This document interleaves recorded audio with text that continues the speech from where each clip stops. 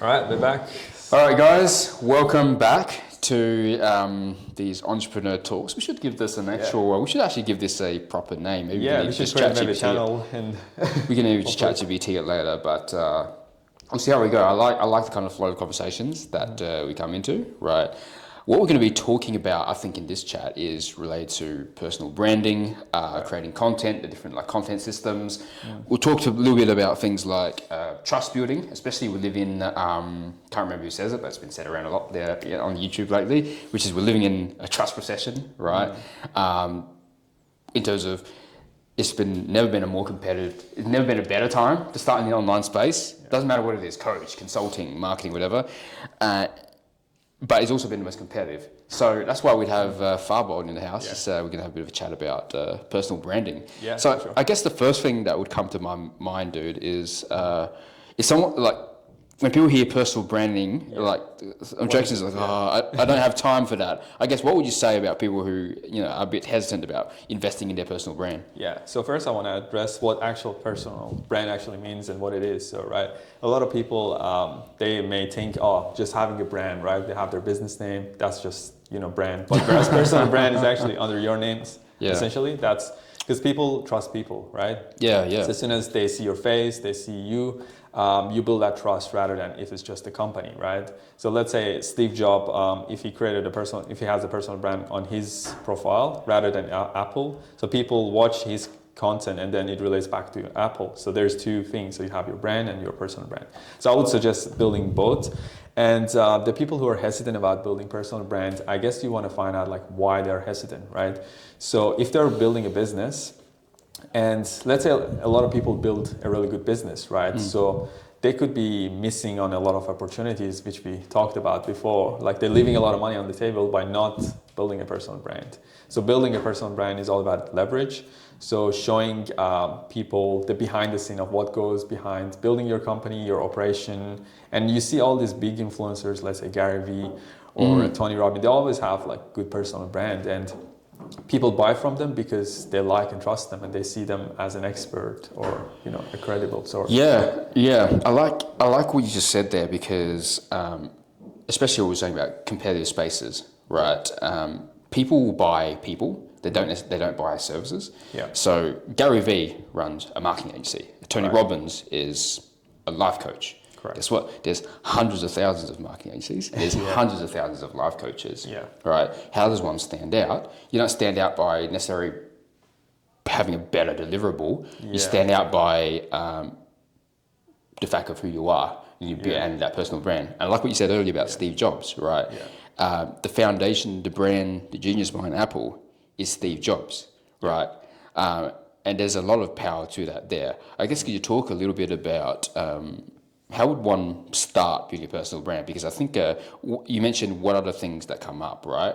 And the thing I think a lot about with business owners myself and a lot of people in my network is, there's millions of things I could be doing. I kind of feel weird creating content. It doesn't feel like I'm being productive. I guess what would you say? Similar thing that you mentioned to me earlier. So it's what do you stand for? What do you want to be known for? And I think that's important, right? That's your person. That's your character. So make a list, right? So write it down, who you are, who you want to be, what do you want to be known for.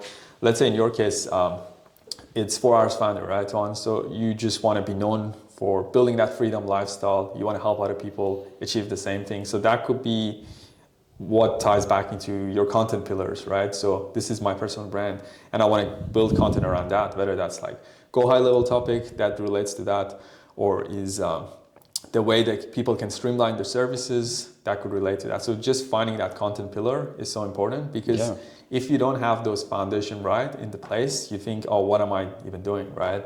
So even I found the same challenge with myself when I'm trying to build my own personal brand because I'm so used to helping other people build their personal brand in terms of content and stuff. But now I'm coming back to building my own as well. So I think it's so important to have that content pillar, the basic foundation in place. And it will all make sense. And you look more forward to actually creating this content, right? So let's say this podcast, you look forward to it rather than, I have to do this podcast, put the tripod. It's exactly that, right? And you go with the flow as well. You're just having conversations. Same thing with Gary Vee. So he's in an office.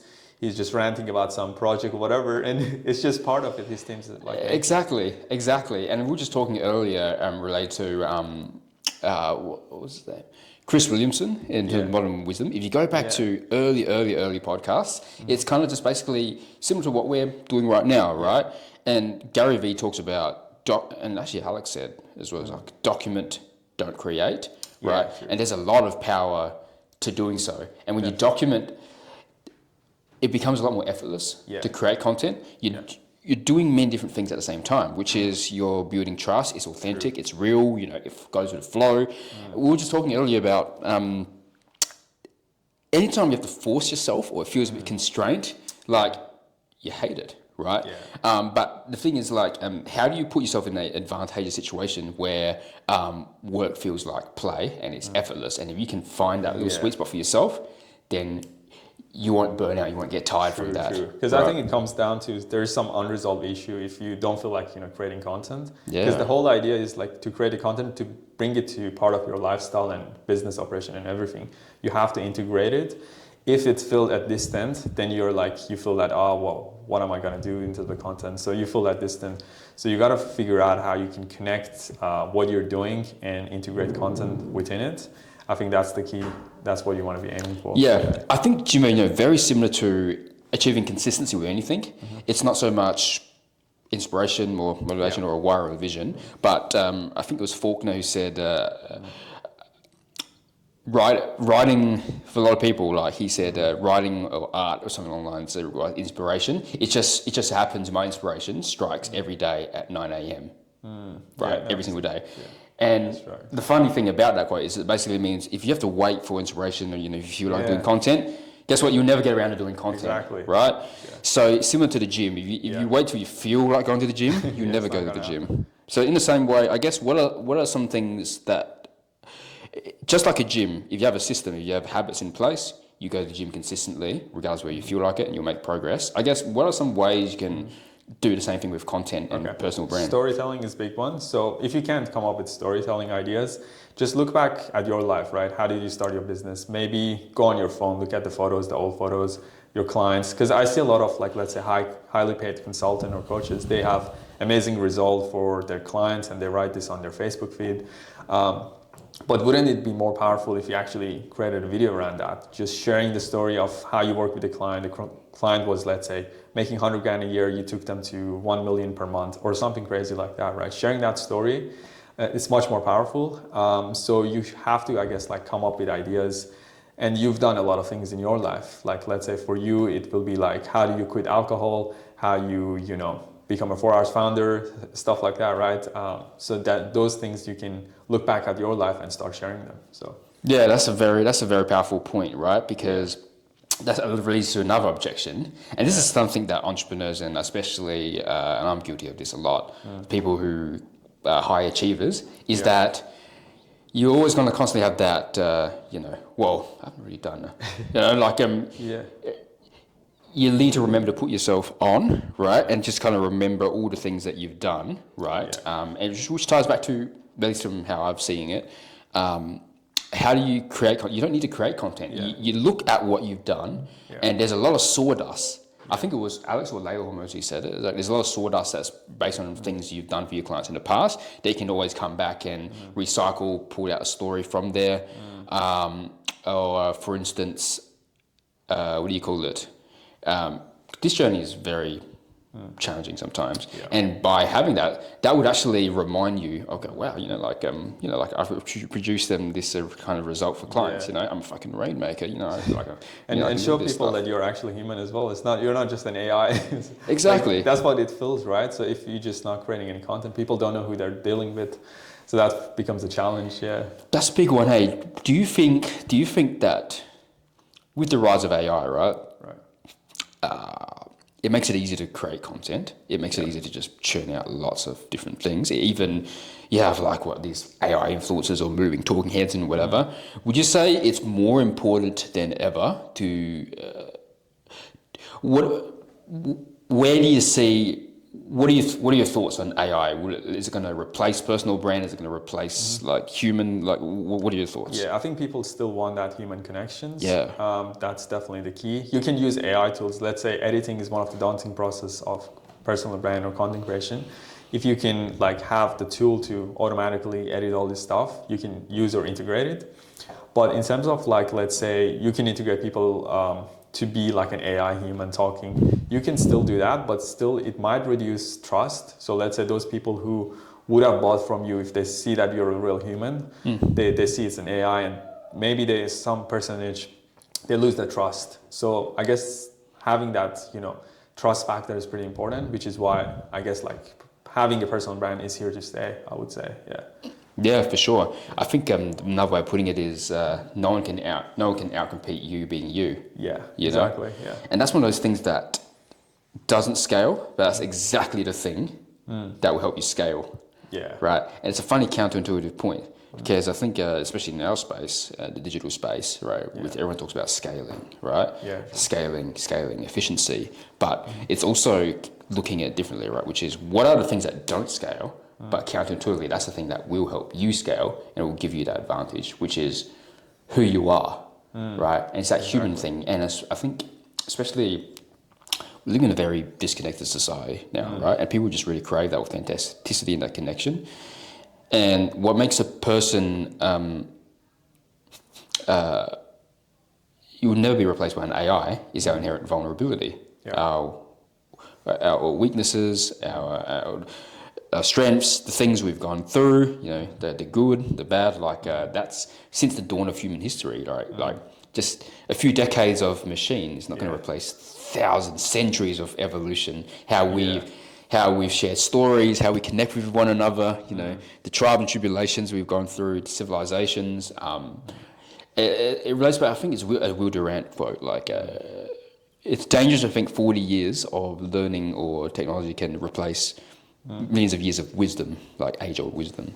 Right. Yeah, it's so important to have that human connections, and and we are all part of history as well. Like how we develop as a human, and we always want that personal connection with people, right? Which is pretty important to have content done or build your personal brand around that. So. Definitely. Yeah. Let me see. Yeah. There was something else on that. There was a few more I'm going to ask you here. Or we could talk about the coaches and consultants, I guess, how they could leverage content, I'm thinking. Yeah. I got some of those here. Content systems, we've already chatted about that. Trust, we talked a little bit about that. Okay. Yeah, I guess let's roll with that. Yeah.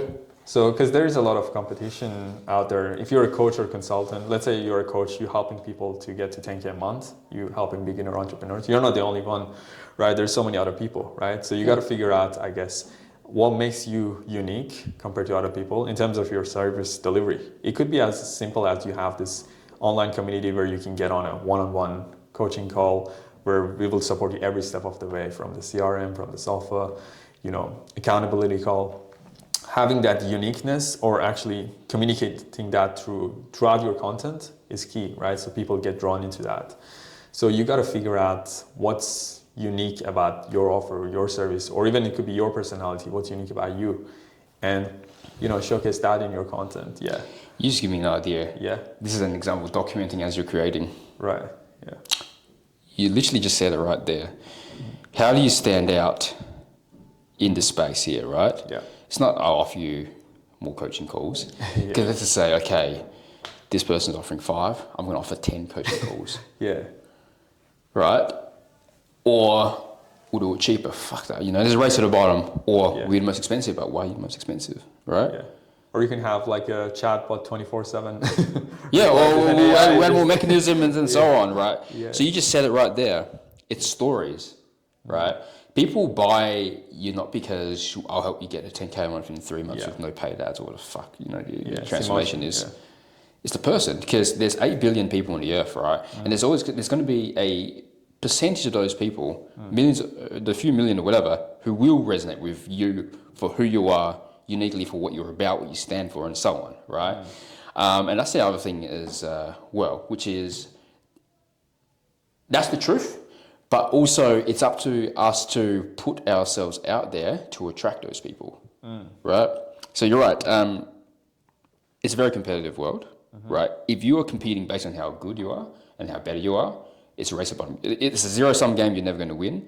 But it relates back to, I think it was Zig Ziglar, or this is where age-old wisdom always rings true, right? People don't care how much you know until they know how much you care, right? And one of those care things that you convey is that you're sharing your story, right? And when you share your stories, the good, the bad, the things that you learn, that's you showing vulnerability. And that vulnerability is what people resonate with and they trust, right? Because not so much that you're, like actively doing it, but when you put out that content there, people relate to the emotions you go through. But it's up to you to have the courage to put yourself out there. And that's something that I struggle with myself, which is it's easy to hide behind the business veneer, professional veneer, and just content related to that.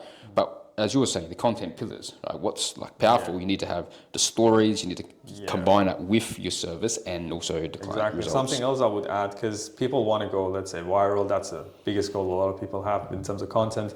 But you got to figure out, instead of, let's say, copying all other people who are doing the viral content, figure out for yourself, like the same thing I mentioned, like, who am I, what do I stand for, do the storytelling type of thing. Because you see there's a hook, there's a storytelling, and your goal is to increase the watch time.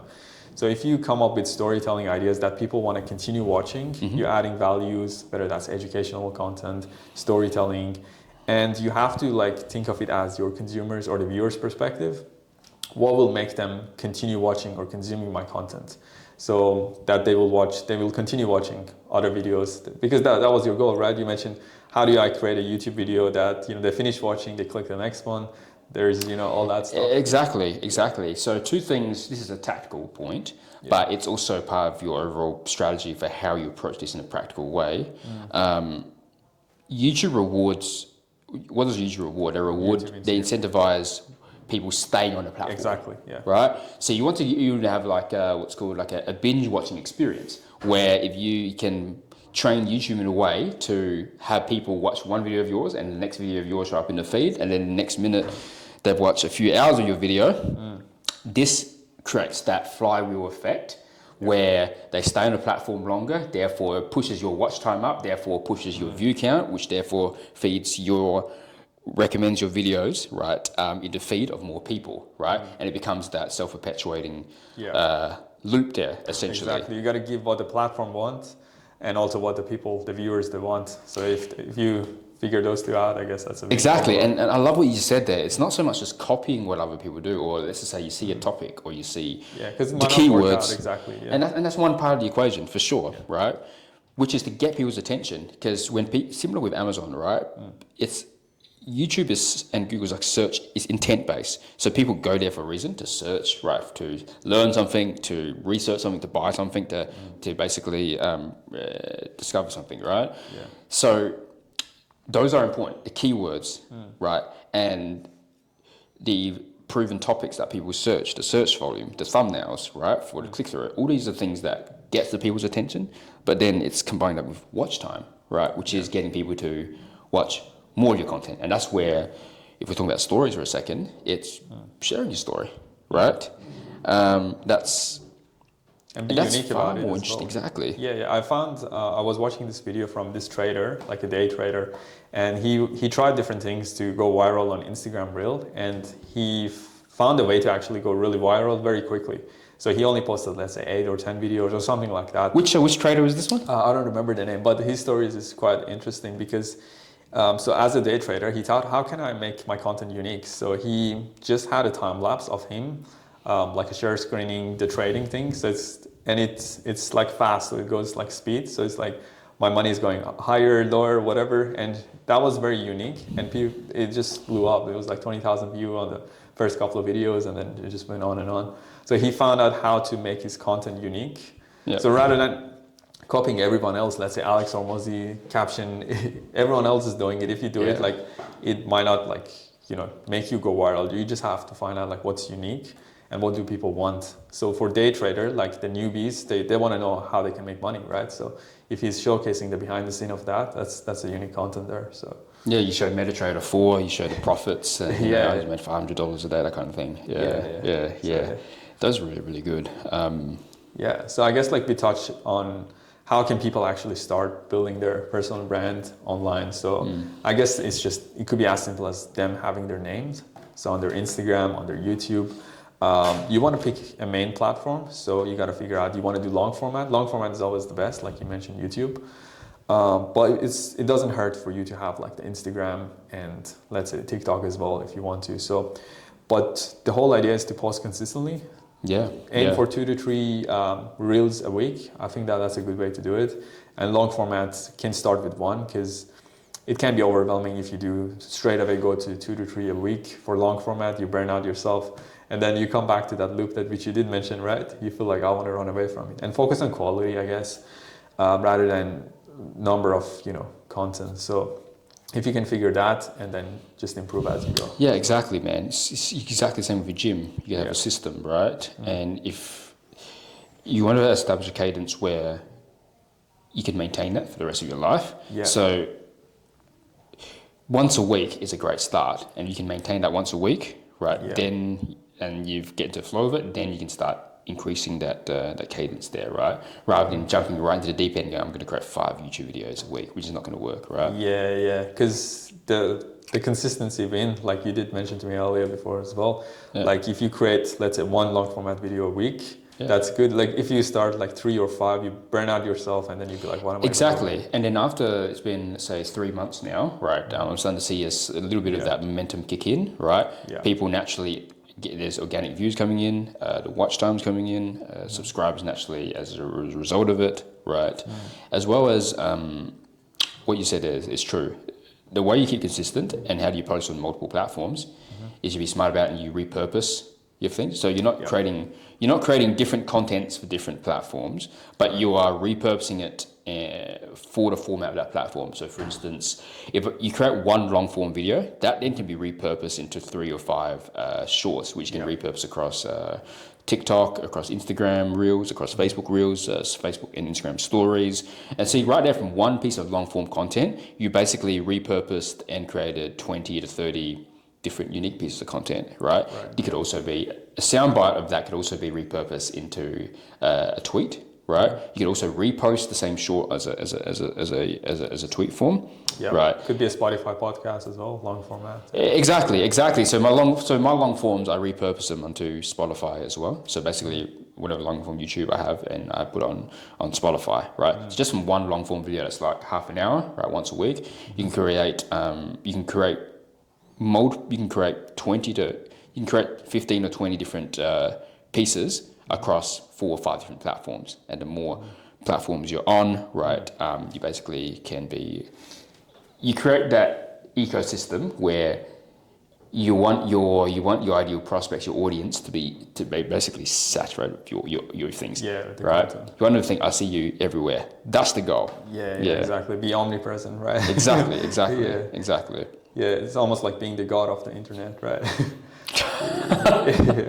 The goal of, it depends on the goals as well, which is, I think, tying it back to concerns and objections. What would you say to a business owner who says, you know what, but Farbot, I don't want to be famous.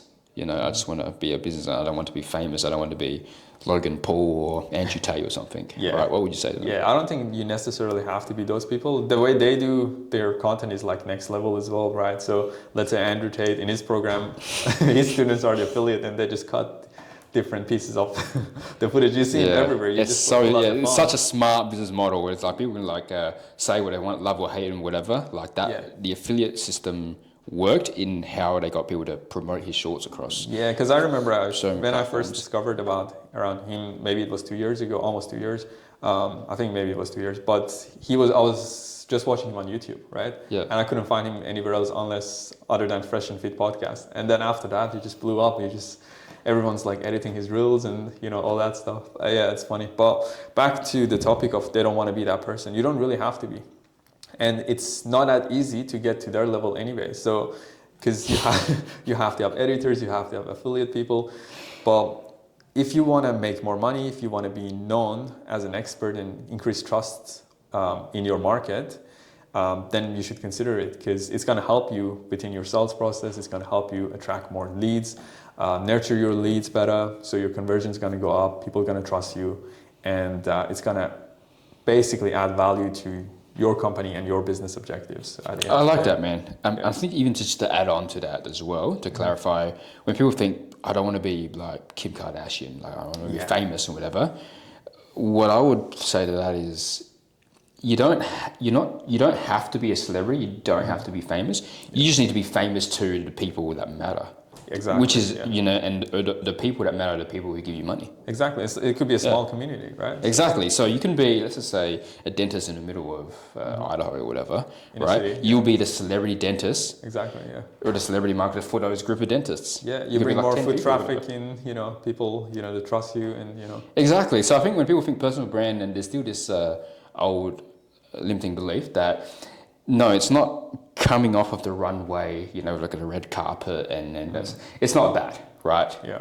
Like, it's building a brand so you can be that authority in your marketplace to the people that matter, to people that give you money on the business side of things. And then if we're talking about, I guess, Logan Paul and Andrew Tate, that's a different game, as you were saying, right? If you want to play that game, then there's a different set of rules to play as compared to building a business and becoming famous in your... Yeah, and a lot of marketers are actually replicating that model as well, right? Similar to Iman Gadzhi, like he has creators like creating all these reels and stuff, but that's next level. I guess we could get into that level at one day, but... Yeah, for sure. I think in regards to the business though, it's that probably solves the objection they have, which is, I don't want to be famous, right? Yeah. But hopefully after finishing this, a lot of the business owners watching this, right, you got... What is one last thing you would say about those who, after watching this, they're still on the fence about starting a personal brand and creating content? I would suggest become your own creator. So that's the best phrase you can have. So let's say back in the day, you have to be in the movie production to get actually, be in the right eye of the people, right? You have to pay all these advertising fee. Let me cut you off for a second though. Yeah. What I'm saying is, what's the opportunity cost? What's the opportunity cost of not starting? Right. They heard this, the objections are solved for, they realize that it's important, but it's to say, I'm still on the fence about this. I guess what is the consequences of not doing it? Yeah, the cost of not taking action, I guess, is like greater. So if they're not going to take the action, then they're not going to bring the right people in, right? At the end of the day. So in their what would that consequence look like a year from now, 5 years from now, 10 years from now? Let's say you don't start a year from now, 5 years from now. How would your life be versus like if you did, right? If you did post those content every single week. What would that look like though? Yeah. Let's say gradually you build an audience, 5,000 people, 10,000 people subscriber. Out of those, maybe 5 to 10% of them become your true fan. They buy your stuff, whether you release a new service, your info product, coaching program, whatever that case might be. This is why you need to listen to Farbod. Yeah. Because a year from now, 5 years from now, 10 years from now, you decide to not create content, you know what, I'm just a business owner, I'm going to do that. Yeah, and also imagine on the journey as well. Yeah. And imagine how it would feel that people don't know who you are, right? And then everyone's going over to the guy down the street who's nowhere near as good as you, right? He's nowhere been near as good as business as you. He does a shit job, and yet these people pay twice the amount, and he's working his hard. Doesn't that piss you off? It should piss people off. Yeah. I'm trying to. This is going to be part of the bloopers, but almost done. I'm asking. The reason I asked this question, I'm asking you that question because I'm trying to get you to stir some pain into people who will be listening to this. Yeah. Like, this is a Tony Robbins Dickens pattern. Like, what's the cost of you not doing that kind of thing? I thought it got 3 minutes. Yeah, sick, man. Yeah, that's why I kept prompting you to say it.